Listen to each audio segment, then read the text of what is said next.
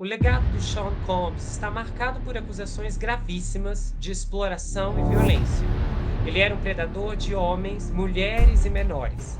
Uma das suas acusadoras mais valentes, Ali Carter, denunciou ter sido vítima do ex-presidente Barack Obama em uma das festas do Diddy. Coincidência ou não, o diretor de vários filmes dos X-Men possui associações parecidas e alegações incontáveis e tão graves quanto as do Diddy.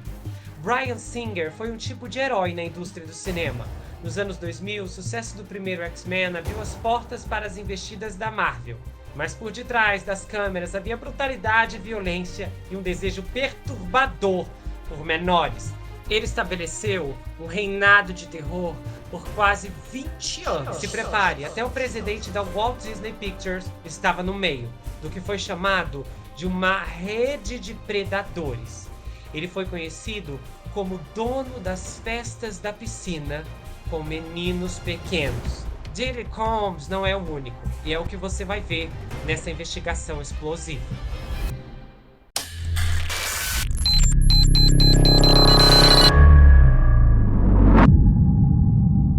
Ei pessoal, bem-vindos a esse canal, eu sou Gustavo Negreiro, seu psicanalista favorito, e hoje nós estamos em um especial evento da terceira temporada.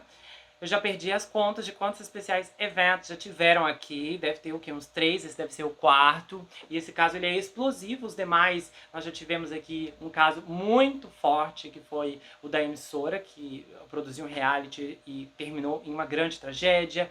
O do médico, olha, são casos bombásticos e você precisa conferir essas histórias. Vou deixar o link, inclusive, do caso da emissora do Dateline aqui fixado no primeiro comentário. Assista, porque essa história é sem precedentes. Você vai ouvir manipulação atrás de manipulação e aquilo ali vai terminar numa tragédia gigantesca. Essa terceira temporada está bombástica, com casos muito bons que você pode conferir tudo.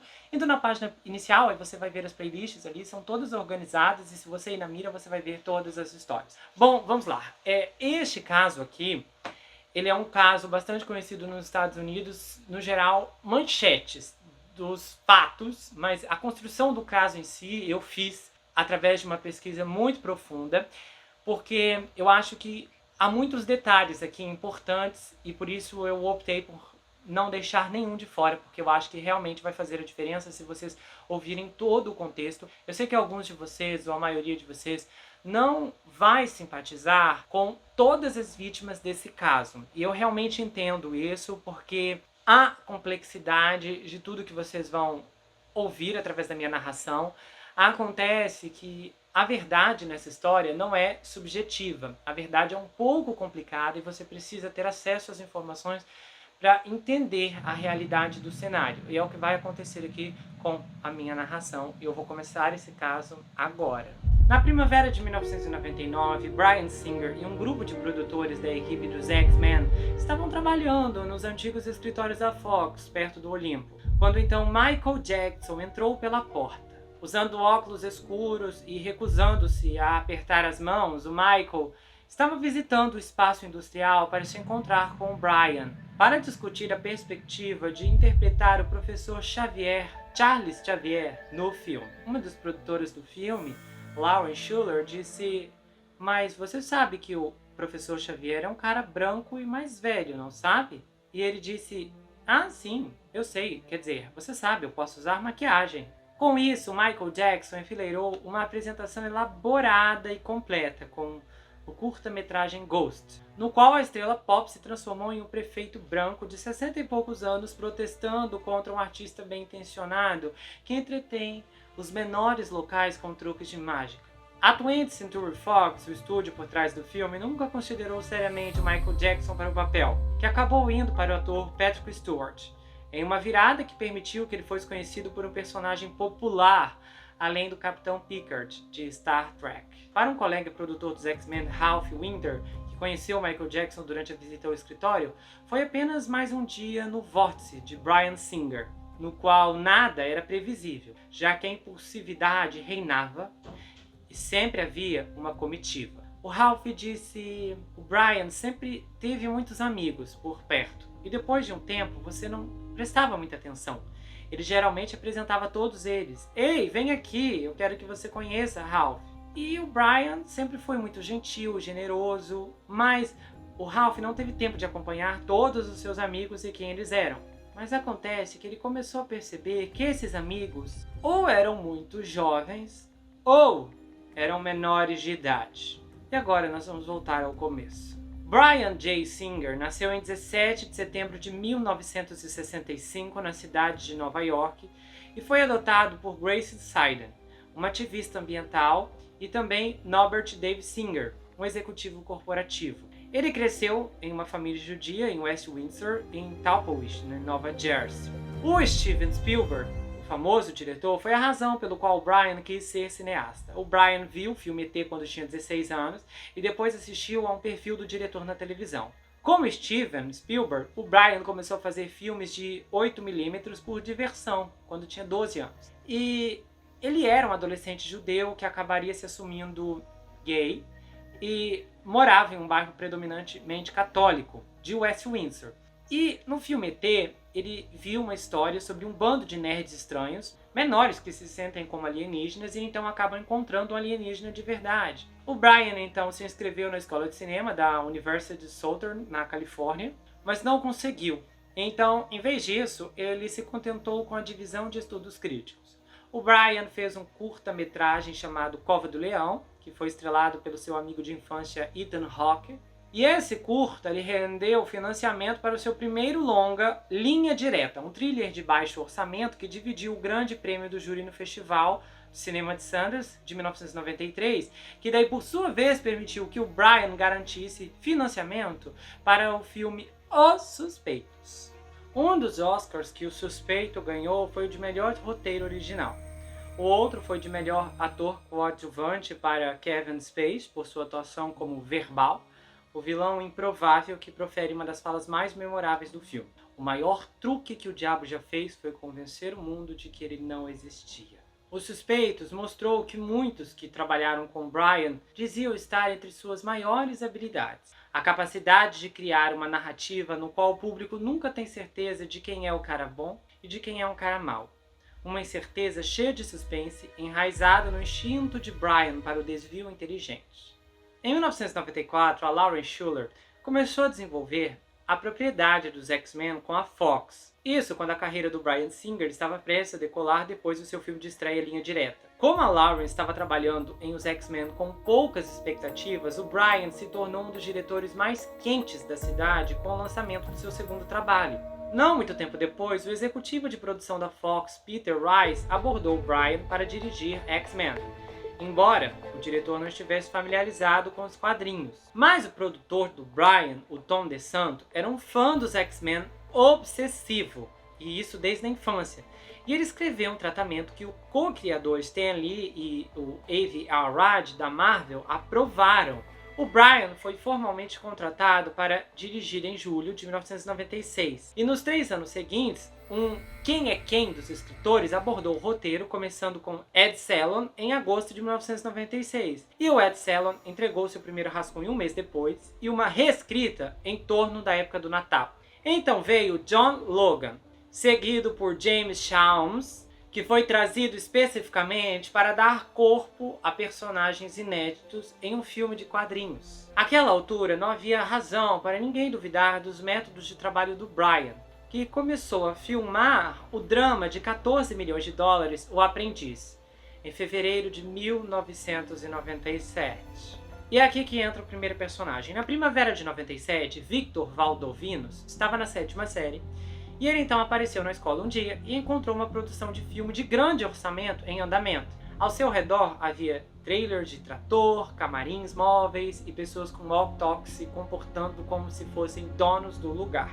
As filmagens assumiram a Ellison Middle School em Altadena, a nordeste de Los Angeles. Então, a certa altura, após o treino de basquete, o Victor parou em um banheiro vazio e enquanto estava em um mictório, ele sentiu uma presença atrás dele.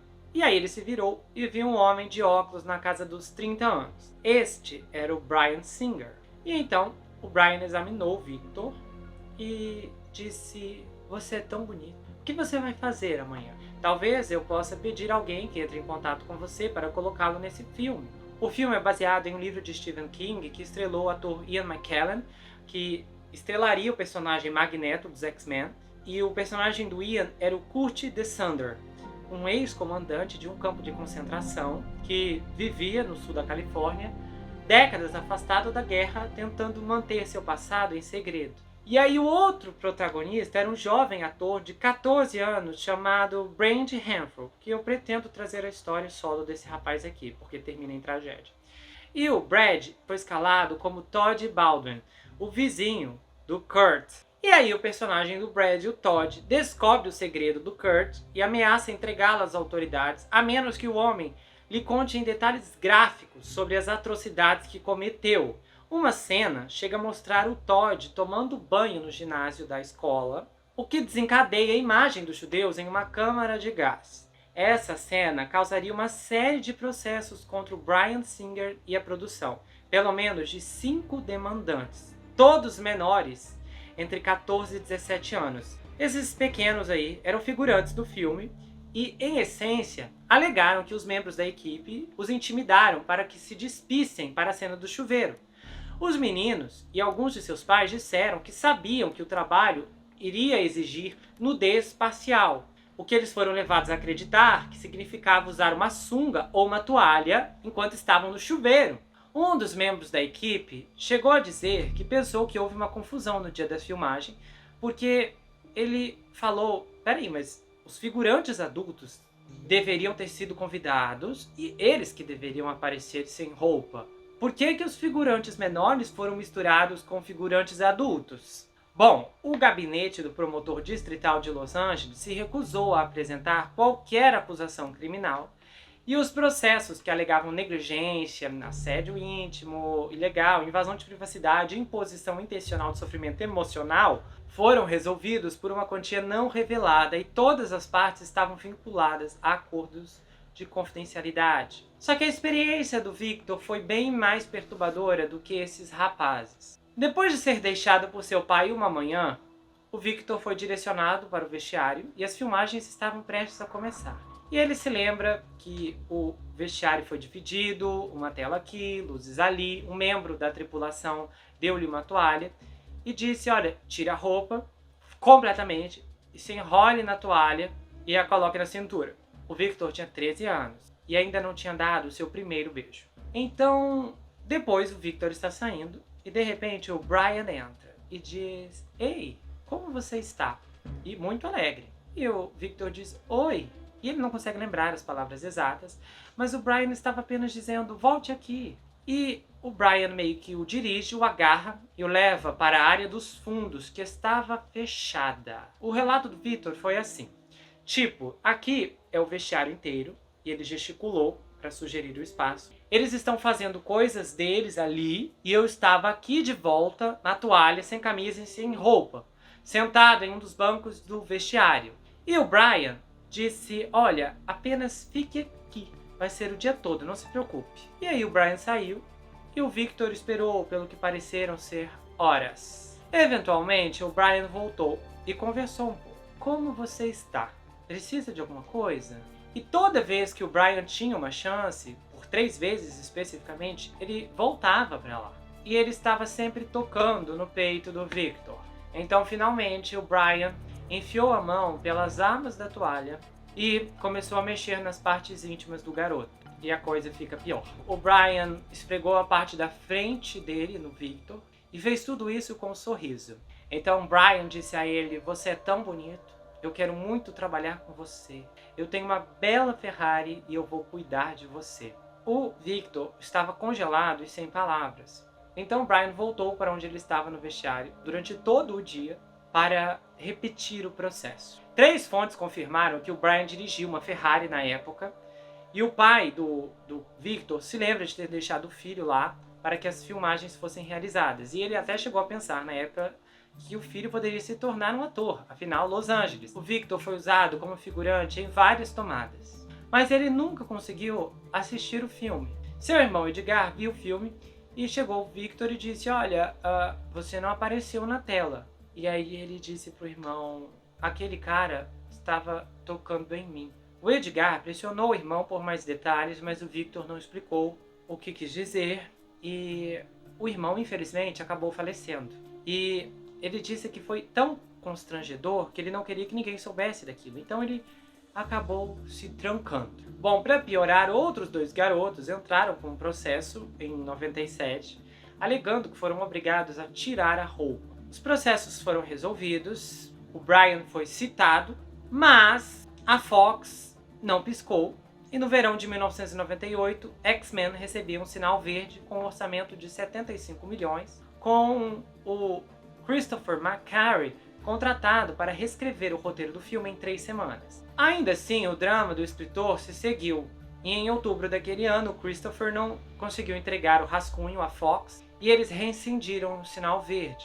Nesse ponto, Tom DeSanto e o Bryan Singer trabalharam no roteiro e receberam luz verde novamente, pouco antes do Natal. Então, Joss Whedon chegou atrasado para uma outra reescrita do roteiro, e a Lauren Schuller, a produtora, avaliou o trabalho do Joss, dizendo que foi muito bom, porque tinha humor, mas o Brian queria que o filme fosse muito mais sério e dramático. E acaba que apenas 2 falas do Joss chegaram ao roteiro das filmagens. Esse Joss Whedon foi o criador da série Buffy, a Caçadora de Vampiros, e posteriormente ele iria dirigir o filme dos Vingadores. Várias fontes disseram que as reuniões de roteiro não eram profissionais, mesmo para os padrões excêntricos do Bryan Singer. O Brian trazia para as reuniões pessoas que não estavam envolvidas no filme. E essas pessoas eram rapazes. Um rapaz novo, diferente, a cada vez. Todo mundo via isso, mas ninguém comentava nada. E apesar de uma lista de escritores de primeira linha, David Heather, que atuou como assistente do Brian e atendia telefones no escritório de produção por $500 por semana, recebeu o crédito exclusivo do roteiro. O David havia produzido e estrelado recentemente o longa Sailor's Burn, e ele era um fã muito apaixonado dos X-Men. Então Bryan Singer começou a confiar no David para obter seu conhecimento de quadrinhos e eventualmente fez com que ele reescrevesse novas cenas. O Brian começou a levar o David para reuniões de roteiro com Peter Rice e o Tom Hotman, e ele dizia: apenas sente aí, faça anotações, não diga nada e não conte a ninguém que você está escrevendo o roteiro. O Ralph Winter sabia e pediu ao David para destacar tudo que ele havia feito no roteiro naquele momento. Era cerca de 55%. Então Ralph foi até o Peter Rice e disse: olha, o negócio é o seguinte, David, o cara do telefone, está reescrevendo o roteiro. Você tem que fazer um acordo com ele ou estaremos em sério risco legal. Então Peter o chamou em seu escritório e ofereceu $35 mil e disse: olha, isso é tudo que você conseguirá e fique feliz por isso. Mas outros membros do projeto também disseram que o Ed Solomon e o Christopher McQuarrie escreveram a maior parte do que acabou na tela, com contribuições ainda do David Hector. Fontes também disseram que o Christopher estava tão zangado com o estúdio pelo tortuoso processo que chegou a persuadir o Ed Solomon a remover seu nome junto com o dele do filme. E aí se seguiu uma arbitragem do Guilda dos Escritores da América, que é o sindicato que representa os escritores de TV, cinema e etc. E o Ed Solomon e o Christopher McQuarrie concordaram que não retirariam publicamente seus nomes do filme se o sindicato não os impusesse. Depois que uma decisão é tomada, os escritores são impedidos de falar sobre o processo de arbitragem. Só que na época, o Ed não queria o seu nome em um filme que não fosse inteiramente seu trabalho. E ele disse que reconhece isso como uma hipocrisia imatura mais do que qualquer outra coisa, e em retrospectiva foi uma jogada estúpida, porque tecnicamente foi uma decisão que custou caro. Ele e o Chris acabaram abrindo mão de pelo menos $1 milhão no primeiro ano em bônus residuais, além dos bônus de crédito. E aí o Brian liderou o elenco do filme, uma inédita mistura de britânicos treinados em Shakespeare, como Patrick Stewart, Ian McKellen, a supermodelo Rebecca Romijn, um lutador profissional Tyler Mane e a atriz Halle Berry. Isso antes dela ganhar o Oscar e se tornar uma estrela lucrativa. Foi então a ideia do Tom Ruttman escalar o Hugh Jackman, um então desconhecido que se tornou uma força de bilheteria e queridinho da crítica graças aos X-Men com seu personagem Logan, o Wolverine. Muitos dos papéis menores eram salpicados de jovens bonitos, incluindo os carismáticos Famke Janssen, James Marsden, Anna Paquin e Joel Ashmore. No final dos anos 90, o Brian também tinha uma reputação na cena gay de Hollywood, em parte pelas festas na piscina que ele dava em casa, na casa em que morava, na Butler Avenue, que ficava no bairro de Mar Vista.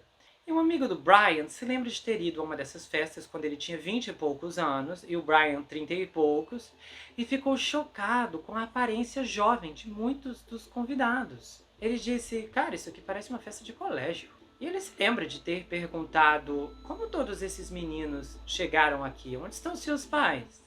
Ben era um dos garotos dessa festa. A sua família o expulsou de casa quando ele tinha 16 anos, e ele conheceu o Brian logo depois, por meio de um amigo e colega de casa do Brian. E ele então foi repassado entre os homens adultos do círculo social do Brian Singer. O Ben e o Brian ficaram uma vez, e outra vez de forma íntima, quando ele tinha 17 ou 18 anos. E ele lembra que o Brian o seduziu desta forma. Certa vez, depois de uma festa, o Brian foi para a cama mais cedo. E ele disse que não se sentia bem e precisava que o Ben o colocasse na cama. Mas o diretor estava bem. E ele percebeu isso quando ele e o Brian acabaram se envolvendo. Para confirmar suas acusações, o Ben foi capaz de dizer o endereço da casa, da Butler Avenue, e o nome do proprietário. E ele descreveu com precisão os detalhes do interior. E aí isso foi investigado e confirmado. O Ben descreveu o Brian como alguém que gostava de cruzar fronteiras. A lembrança do Ben é que o Brian enfiava as mãos na sua calça sem o seu consentimento. O Ben disse o Brian era predatório porque ele envolvia as pessoas com álcool e substâncias ilícitas e depois fazia tudo com elas. Mas, na experiência do Ben, não foi uma situação em que o Brian o segurou e o atacou, mas ele disse, eu era um garoto gordo, socialmente desajeitado, e de repente eu estava recebendo toda essa atenção. Isso me levou a acreditar que era assim que deveria ser, que a maneira de chamar a atenção era sendo íntimo. Na época ele achava as festas e o que acontecia com ele nas festas divertido, mas então ele percebeu que estava sendo usado. Ele então se sentiu muito mal quando percebeu tudo e passou a se culpar pelo que aconteceu. Nessa época, o Brian estava terminando o filme O Aprendiz e prestes a começar a dirigir o primeiro filme dos X-Men. E ele então investiu em uma startup de Hollywood, a Digital Entertainment Network, que acabaria em escândalo. O Brian contribuiu com $30 mil e prometeu mais 20 mil, de acordo com os registros mantidos pelo CEO fundador Mark Collins Richter. A ideia do Mark Collins para a Digital Entertainment Network, ou em sigla DEN, era produzir programas de TV e filmes para jovens de 14 a 24 anos, com ênfase em histórias para adolescentes gays e distribuí-los online. O Mark Collins chegou a Hollywood em meados dos anos 90 com seu parceiro de negócios e amante, muito mais jovem, Chad Shackley, que tinha 16 anos quando começou a namorar o Mark, que tinha cerca de 32.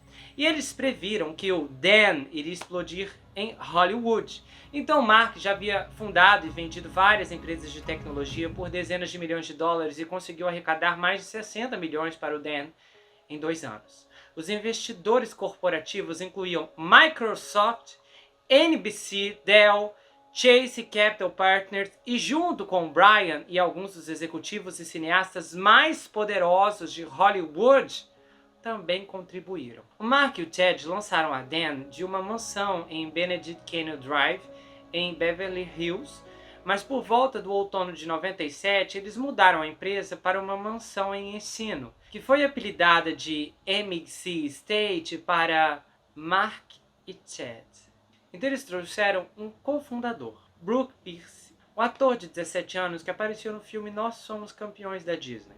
Eles fizeram do Brooke um vice-presidente executivo com um salário de $250 mil, e ele foi morar com eles. No papel, a Dan foi considerada por Hollywood uma ideia inovadora, mas de acordo com uma série de processos, queixas criminais e uma investigação federal, a mansão da empresa em Encino tornou-se uma casa de festas onde adolescentes recebiam álcool, substâncias ilícitas e eram encorajados a se envolver intimamente com homens mais velhos. E em alguns casos, os meninos eram atacados e violados. Um dos primeiros funcionários do Dan, de nível sênior, lembra-se de ter perguntado por que tantos adolescentes estavam na folha de pagamento. E depois ele ouviu que todos eles trabalhavam no computador. O funcionário também se lembrava de ter ido a uma festa da empresa e ter visto adolescentes entrando em um cinema da mansão. O funcionário então tentou entrar, mas foi impedido por um guarda-costas que disse só menores. Então o funcionário perguntou a um colega o que está acontecendo. E então contaram a ele que os menores estavam sendo colocados ali dentro para que vissem filmes adultos. Foi dito a ele também que os menores estavam todos rindo e comendo doce, mas ele não teve permissão para entrar naquela sala. Foi então em uma reunião do Dan que o jovem Andy conheceu Bryan Singer. E de acordo com o relato do Andy, ele entrou na órbita da Dan em 1997 durante as férias de primavera de seu primeiro ano no ensino médio. Quando então ele começou a conversar com o Mark, que tinha 37 anos. O Mark se gabou de ter um jato particular e sugeriu que se encontrassem. No dia seguinte, o Mark mandou um táxi buscá-lo na frente de seu complexo de apartamentos em Las Vegas. O táxi levou o Andy a um dos grandes cassinos da Strip. Então o Andy ficou com o Mark até tarde naquela noite, talvez até a manhã seguinte. E então aconteceu o que pode ser chamado de felação. Só que o problema é que o Andy tinha 14 anos. Nas semanas seguintes, o Mark passou a fazer parte da vida do Andy. Ele voltou a Las Vegas para visitas e caiu nas boas graças da mãe do Andy, que viu Mark como um homem de sucesso que colocou Andy sob sua proteção. Alguém que poderia ser um modelo para o filho, com o pai ausente. O Mark então providenciou que o Andy e a sua família visitassem o set de O Aprendiz. Ele se lembra de chegar e ver que eles estavam filmando a cena em que o personagem do Ian, do ator, coloca o gato no forno. O Ian, personagem Kurt. E foi muito estranho porque o gato era a coisa mais letárgica do mundo. Eles estavam tentando fazer parecer que o gato estivesse com medo, pegando e girando, e o gato não reagia. Uma fonte que trabalhou no filme confirmou essa descrição do comportamento do gato. Depois disso, Mark levou o Andy para fazer compras no Royal Drive. E então, ele e o Andy se envolveram. Foi a primeira vez do Andy. Naquele verão, o Andy começou a fazer viagens com todas as despesas pagas para visitar o Mark. E aí, uma noite, o Andy, agora com 15 anos, começou a conversar com o Bryan Singer, que o levou para longe dos outros homens na sala de estar na mansão Benedict e Cannon. E aí, ele subiu um lance de escadas. O Bryan o levou até o primeiro quarto à direita, no topo da escada, e dentro havia um colchão d'água. Ele e o Bryan conversaram sobre em que série ele estava.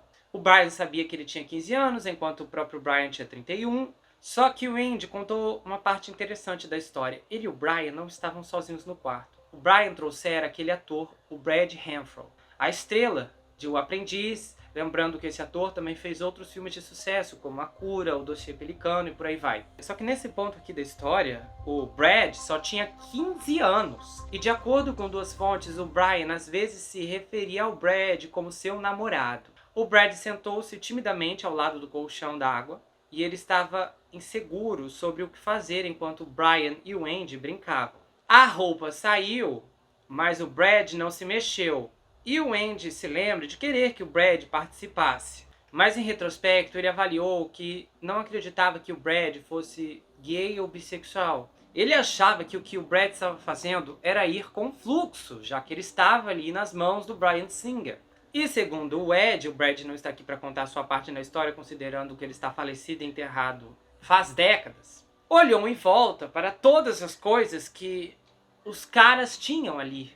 Todo o dinheiro, influência, e ele disse que achava que os caras, o Andy, acho que parece que ele e o Brad tinham esse consenso de que os caras iam fazer coisas para eles em relação à carreira, mas quem tinha uma carreira mesmo ali era só o Brad. E o Brad saiu do quarto e depois então o Andy se envolveu com o Bryan. Aí ele deu uma descrição apavorante de que ele só se lembra de um som alto que o Bryan fazia e ele pensava, meu Deus, há um grupo de pessoas lá embaixo na sala de estar e eles provavelmente podem ouvi-lo. E aí ele lembra que isso incomodou, então ele colocou a mão na boca do Bryan para que ele parasse. Quando eles desceram, ele disse que foi tudo muito estranho e o Bryan simplesmente agiu como se aquilo tudo não fosse uma grande coisa. O Andy dormiu com o Bryan algumas vezes depois disso. Uma noite, então, por volta de 1999, ele se encontrou com o Bryan em Las Vegas e eles fizeram uma longa caminhada e ele mostrou ao Bryan onde ficava todos aqueles bares gays. Ele disse que foi estranho porque o Brian tinha um outro menino, ou talvez dois, com ele, e ele simplesmente não mostrava mais nenhum interesse no Andy. E nesse ponto da vida, o Andy estava desmoronando. Ele começou a vender o próprio corpo, ficou viciado em metanfetamina, ele também perdeu 53 dos primeiros 60 dias de aula, esse primeiro ano do ensino médio, e acabou sendo expulso. Pasmem, ele cumpriu pena de prisão e acabou chegando ao fundo do poço quando teve que fazer filmes adultos. Com 20 e poucos anos, o Andy se mudou para West Hollywood. E aí ele se encontrou com o Brian mais algumas vezes. E o Andy estava um desastre, e aí ele contou para o Brian algumas histórias tristes sobre como estava tentando sobreviver. E em si, na verdade, ele estava procurando dinheiro para substâncias ilícitas, apenas o suficiente para passar o dia. E aí o Brian deu a ele $1.200. Depois, em uma outra oportunidade, ele deu $5.000 ou $6.000. E como ele ainda tinha o telefone do Brian, eles conversavam ali, aqui. E o Andy pensou que talvez se ele pudesse ter a ideia de um negócio perfeito, o Brian poderia ajudá-lo a lançá-lo. Mas em vez disso, o Brian então bloqueou suas ligações. Com quase 20 anos, o Andy foi pego vendendo substâncias ilícitas e enfrentou 9 anos de prisão.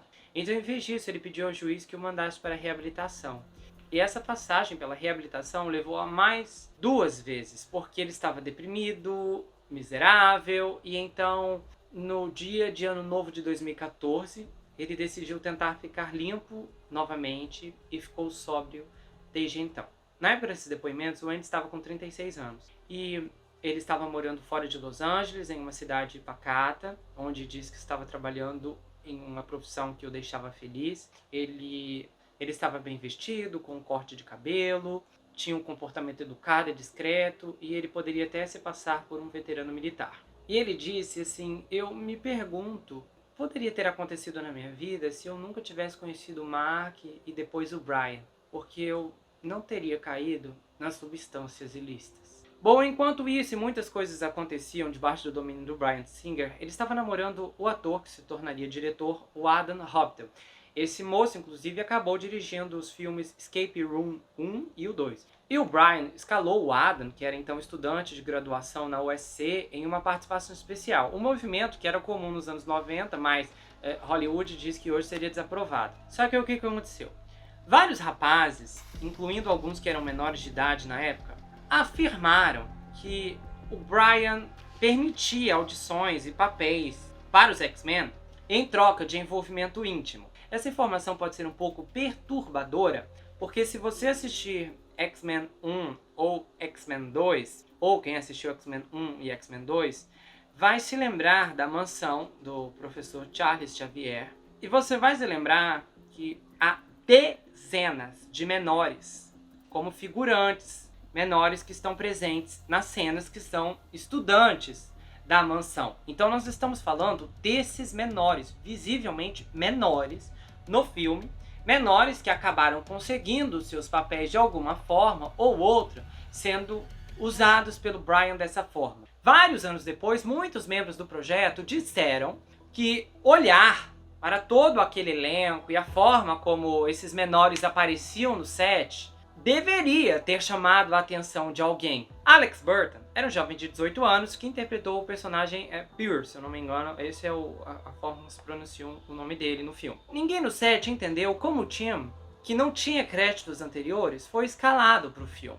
Mas uma fonte contou que o Alex havia dito a esta pessoa que o Mark Collins e o Bryan Singer criaram esse papel para ele. Já outra fonte disse também que o Alex foi levado de Los Angeles para o set de Toronto. Uma mudança inédita devido ao tamanho do seu papel, já que estúdios normalmente escolhem talentos locais com nenhuma fala. Isso evita os gastos e tal quando você vai gravar em Vancouver, no Canadá. Normalmente você contrata as estrelas dos Estados Unidos, etc. Mas o restante você pega atores dali mesmo. É muito comum em várias séries que são gravadas no Canadá. Os atores ali que são recorrentes são atores do próprio Canadá. E um efeito colateral é que muitas vezes acontece de certas séries ganharem um crédito fiscal em alguma cidade dos Estados Unidos e elas não são mais gravadas no Canadá, e sim em alguma cidade. E os personagens que são representados por atores do Canadá desaparecem. E é por isso que você pode ter visto uma série aqui, outra ali, e de repente, de uma temporada pra outra, você percebeu que um bando de personagens desapareceu misteriosamente. Mas é por causa disso, os atores são do Canadá e o estúdio não vai ficar pagando passagem de avião, hospedagem pra esses atores. Bom, o que aconteceu? 8 dias após a estreia do filme X-Men em Ellis Island, em 12 de julho de 2000, o Alex Burton entrou com uma ação civil contra 3 amigos e sócios de negócios do Brian no empreendimento digital da Entertainment Network. Os pivôs desse processo foram Collins Richter e o Chad, o namorado do Collins, e o Brooke. Só que o Brooke Pierce posteriormente foi descartado como réu. Bom, de qualquer maneira, o que choca foram as alegações do Alex, que ele havia sido dopado com substâncias e foi agredido intimamente pelo trio no posto avançado da Dan em Ensino. E ele contou que foi mantido contra sua vontade e ameaçado com danos físicos entre julho de 99 e maio de 2000. Um período que abrange a produção de 6 meses de X-Men.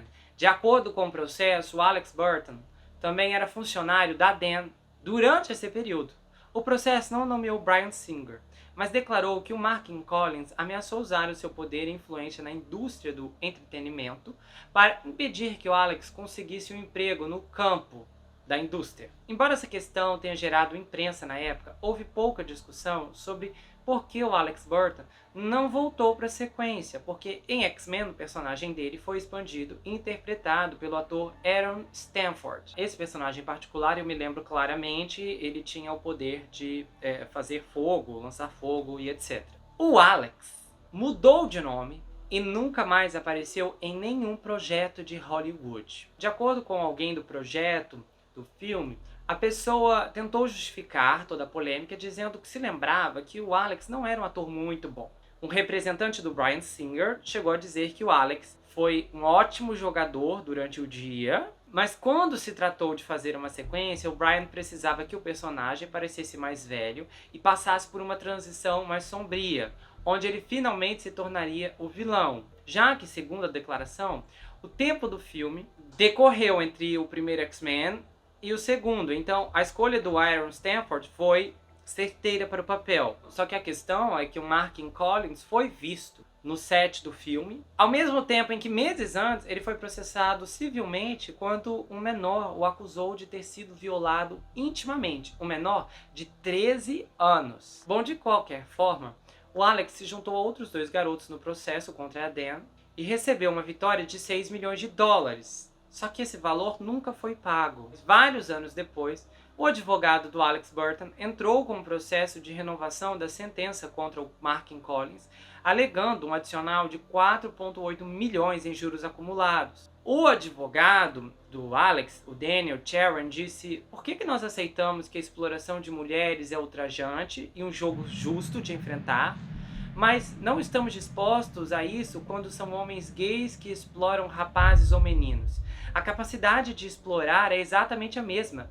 Quem é mais manipulável do que um adolescente? Enquanto o Brian e o Mark deixavam um rastro de processos onde quer que passavam, processos envolvendo acusações de menores, havia outro problema.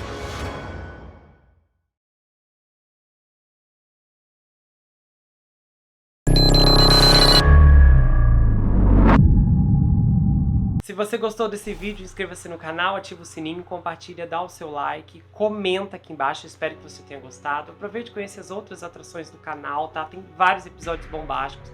Então, dá uma força, eu espero que você possa maratonar o conteúdo e comentar, tá bom? E se você quiser saber mais sobre mim, adquira meu livro. Esse é um suspense chamado Perfeito Estranho. Ele conta a história de um rapaz chamado Jack Wilbur, que se vê preso em uma terrível maldição hereditária enquanto um serial killer está escondido em sua própria casa e possivelmente tentando tirar sua vida.